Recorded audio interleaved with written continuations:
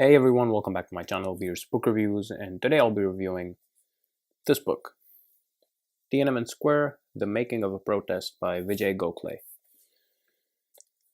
So, when it comes to the story of Tiananmen Square, a lot of people think they know what happened, right? It's been widely covered by a whole range of media, but one problem with that is that the coverage has mostly been from Western media. And that's the narrative that this book is built on, that Vijay Gokhale, he comes at it from not the Western media perspective, but he was an Indian diplomat stationed in Beijing when the protest actually happened. So the premise of this book is to talk about the Tiananmen Square protests of 1989, but in a sense that breaks away from the traditional narratives that revolve around that.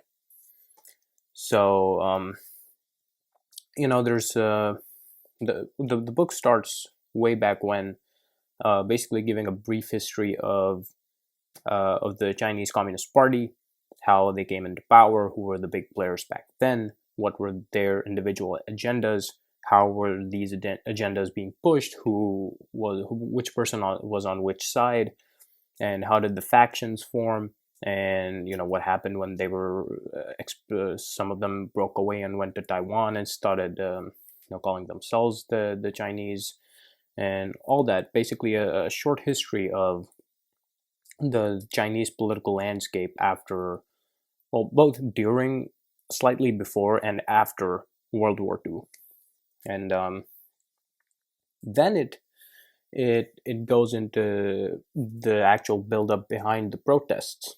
So most, the traditional way of thinking about the Tiananmen Square protest was that it's this grand battle of Democrats and pro-democracy activists against a very tyrannical and oppressive regime. But in actuality, Gokhale says that it was slightly different. He draws on declassified documents, memoirs, etc., to basically show that it's not as black and white as as people make it out to be. That in actuality there was this hidden element of factions within the CCP breaking off and basically being pitted against each other that fueled a major part of the protests. There was the old guard of the CCP, sort of the headliners, right? These are the known names and brands of the CCP back in those days. And then there's the reformers within the CCP. He mentions names like Zhao Ziyang, comes up pretty often, because he was, I think he was the one who was pushing for openness, while the traditional conservatives in the CCP were quite opposed to that. And Gokhale talks about the different media analyses about, the Chinese media analyses about the protests, and how the consolidated power within the media landscape also led to this narrative being fostered about this being a very black and white thing, that it was these radical protesters against the party. But this is a much more nuanced and in detail account of what happened.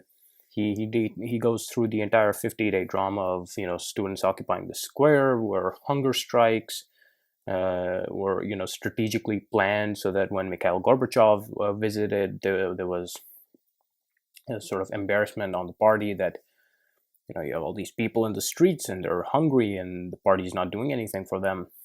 The workers joined in.